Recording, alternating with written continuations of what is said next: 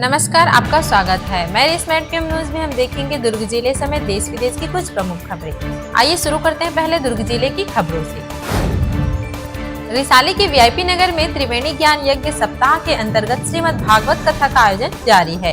प्रसिद्ध कथावाचक पंडित भूपत नारायण शुक्ला द्वारा कथा के 6वें दिन भगवान श्री कृष्ण और रुक्मिणी विवाह की भावपूर्ण कथा सुनाई गई। कथा स्थान पर देश के विभिन्न राज्यों से आए संतों का संत समागम देखने को मिला।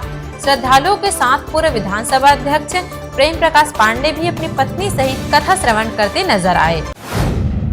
भारतीय विश्वविद्यालय दुर्ग परिसर में प्रथम दीक्षांत समारोह का भव्य आयोजन किया गया, जिसमें प्रदेश के राजस्व एवं उच्च शिक्षा मंत्री टंकराम वर्मा ने मुख्य अतिथि के रूप में सहभागिता की।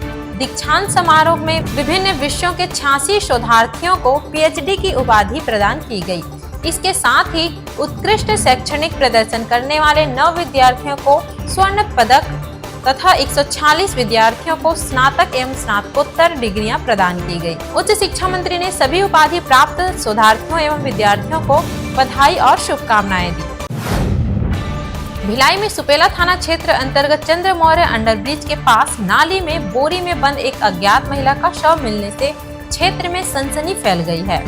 शनिवार सुबह स्थानीय लोगों ने नाली में पड़ी बोरी से महिला का हाथ बाहर निकला देखा, जिसके बाद तत्काल पुलिस को सूचना दी गई।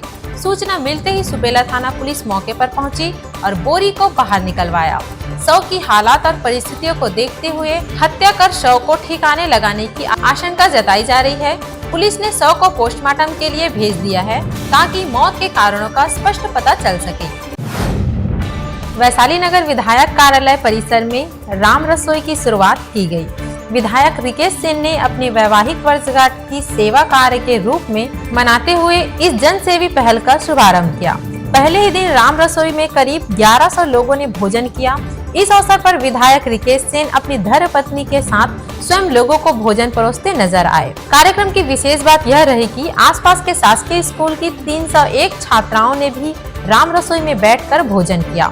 विधायक ने कहा कि राम रसोई का उद्देश्य जरूरतमंदों और आम नागरिकों को सम्मान पूर्वक भोजन उपलब्ध कराना है। भिलाई के चरोदा मार्ग पर काली मंदिर के पास देर रात हुए सड़क हादसे में एक युवक की मौत हो गई। ई रिक्शा और एक्टिवा के बीच हुई जोरदार भिड़ंत में एक्टिवा सवार अरमान यादव गंभीर रूप से घायल हो गया। घटना के बाद राहगीरों की मदद से अरमान को तुरंत सुपेला अस्पताल ले जाया गया, जहां डॉक्टरों ने उसे मृत घोषित कर दिया। अरमान भिलाई 3 में एक ज्वेलरी शॉप में कार्यरत था। हादसे के बाद पुलिस ने घटना स्थल से मिले तथ्यों के आधार पर मामले की जांच शुरू कर दी है।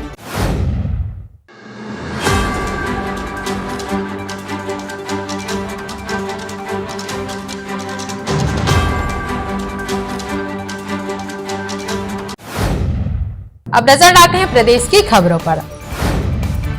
3 दिवसीय बस्तर ओलंपिक 2025 का केंद्रीय गृह मंत्री अमित शाह और भारतीय फुटबॉल टीम के पूर्व कप्तान भाईचुंग भूटिया की मौजूदगी में आज समापन कार्यक्रम आयोजित हुआ। भाईचुंग भूटिया ने बस्तर ओलंपिक की तारीफ करते हुए कहा कि खेल को बढ़ावा देने के लिए यह सराहनीय पहल है। खासकर ट्राइबल क्षेत्र के खिलाड़ी ज्यादा मेडल जीत सकते हैं। ट्राइबल क्षेत्र के युवा पहले ही खेल में अच्छे रहते हैं। ट्रेनिंग देकर ज्यादा से ज्यादा खिलाड़ी छत्तीसगढ़ से आ सकते हैं। लगातार दूसरी बार केंद्रीय गृह मंत्री अमित शाह बस्तर ओलंपिक के समापन कार्यक्रम में शामिल हुए। होम्योपैथिक रिसर्च एवं डेवलपमेंट एसोसिएशन रायपुर द्वारा आयोजित द्वितीय नेशनल होम्योपैथिक सेमिनार का आयोजन 13 से 14 दिसंबर तक रायपुर में किया जा रहा है। स्वास्थ्य मंत्री श्याम बिहारी जायसवाल ने शनिवार को इस सेमिनार का शुभारंभ किया।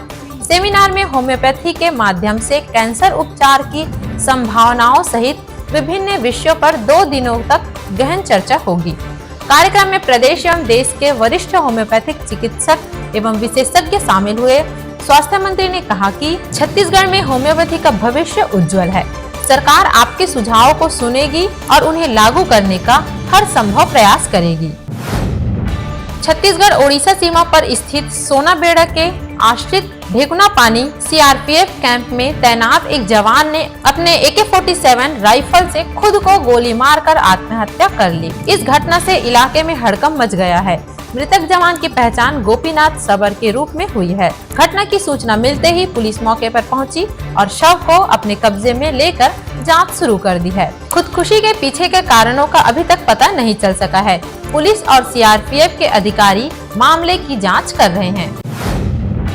बिलासपुर जिले का कोपरा जलाशय अब छत्तीसगढ़ का पहला रामसार साइट बन गया है। इसकी घोषणा के बाद पूरे प्रदेश में प्रसन्नता का माहौल है। यह दर्जा उन आय भूमियों को दिया जाता है जो जैव विविधता, जल संरक्षण और पर्यावरणीय महत्व के लिए वैश्विक स्तर पर अत्यंत महत्वपूर्ण मानी जाती है। वन एवं जलवायु परिवर्तन मंत्री केदार कश्यप ने इस उपलब्धि पर प्रदेश वासियों को बधाई देते हुए कहा कि कोपरा जलाशय की यह सफलता छत्तीसगढ़ के लिए गर्व का विषय है। जांजगीर चांपा जिले के नवागढ़ विकास खंड के मिडिल स्कूल में आज मध्याह्न भोजन के दौरान खीर पूरी खाने के बाद दर्जन भर से अधिक बच्चे फूड पॉइजनिंग का शिकार हो गए। स्थिति को गंभीरता से देखते हुए स्कूल के शिक्षकों ने तत्काल 108 एम्बुलेंस को सूचना दी और सभी प्रभावित बच्चों को सामुदायिक स्वास्थ्य केंद्र नवागढ़ में भर्ती कराया गया, जहां डॉक्टरों की टीम द्वारा उपचार जारी है। फिलहाल बच्चों की हालात स्थिर बताई जा रही है। प्रशासन ने पूरे मामले की जांच के आदेश दे दिए हैं।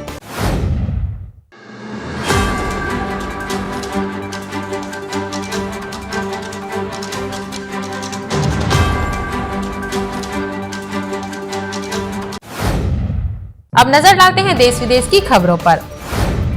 प्रधानमंत्री नरेंद्र मोदी, सोनिया गांधी, राहुल समेत कई नेता शनिवार को वर्ष 2001 के संसद हमले की बरसी पर शहीद हुए सुरक्षा कर्मियों को श्रद्धांजलि अर्पित करने पहुंचे। संसद हमले की बरसी पर उत्तर प्रदेश के मुख्यमंत्री योगी आदित्यनाथ ने जान गंवाने वाले सुरक्षा कर्मियों को श्रद्धांजलि अर्पित करते हुए कहा कि उनका बलिदान राष्ट्र द्वारा हमेशा याद रखा जाएगा। उस हमले में दिल्ली पुलिस के 5 बहादुर जवान, सीआरपीएफ की एक महिला सुरक्षा कर्मी, राज्यसभा सचिवालय के 2 कर्मचारी और एक माली ने अपनी जान गंवाई। संसद पर हुआ यह हमला भारत के इतिहास की गंभीर आतंकी घटनाओं में से एक माना जाता है। कोलकाता के सॉल्ट लेक स्टेडियम में अर्जेंटीना के स्टार फुटबॉलर लियोनेल मेसी के कार्यक्रम में हुए बवाल के बाद पुलिस ने सख्ती बरतते हुए इसके मुख्य आयोजक को गिरफ्तार कर लिया है। गौरतलब है कि मेसी की झलक ना पाने के कारण स्टेडियम में बैठे दर्शक गुस्सा हो गए और वो स्टेडियम के अंदर बोतलें फेंकने लगे और कुर्सियां तक तोड़ दी गई। इस बवाल के बीच पुलिस एक्शन में आई और उसने इस इवेंट के मुख्य आयोजक पर शिकंजा कस लिया है। लोग 12,000 रुपए तक के टिकट लेकर सॉल्ट लेक स्टेडियम पहुंचे थे। दिल्ली से लेकर उत्तर प्रदेश तक कोहरे का असर दिखने लगा है। ग्रेटर नोएडा में घने कोहरे की वजह से स्टेट पेरिफेरल एक्सप्रेसवे पर बड़ा हादसा हुआ। यहाँ 1 दर्जन से ज्यादा गाड़ियां आपस में टकरा गई। इसमें कई वाहन क्षतिग्रस्त हुए और कई लोग मामूली रूप से घायल हुए। हादसे के चलते लंबा जाम लग गया। क्षतिग्रस्त वाहनों को पुलिस टोल मैनेजमेंट क्रेन की मदद से साइड कराने में जुटी रही। ग्रेटर नोएडा एक्सप्रेसवे पर हुए हादसे में कई कारें और ट्रकों के बीच टक्कर हुई है। घने कोहरे के कारण कम दृश्यता के वजह से वाहन आपस में टकरा गए। अमेरिका के 20 राज्यों में ट्रंप प्रशासन के उस फैसले को चुनौती देते हुए मुकदमा दायर किया है जिसमें नए H-1B वीजा आवेदन पर $1 लाख का शुल्क लगाने का प्रावधान किया गया है। राज्यों का कहना है कि यह नीति गैर कानूनी है और जरूरी सार्वजनिक सेवाओं को खतरे में डालती है।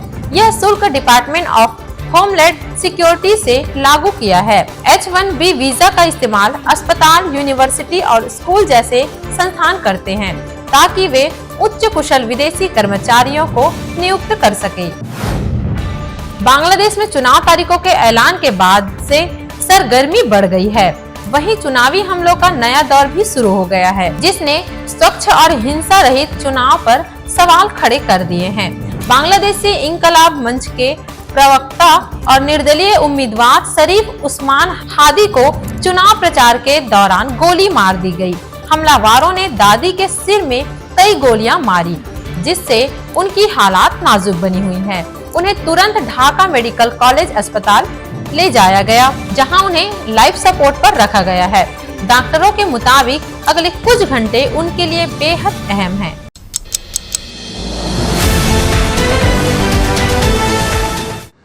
This program is sponsored by SR Hospital and Research Center.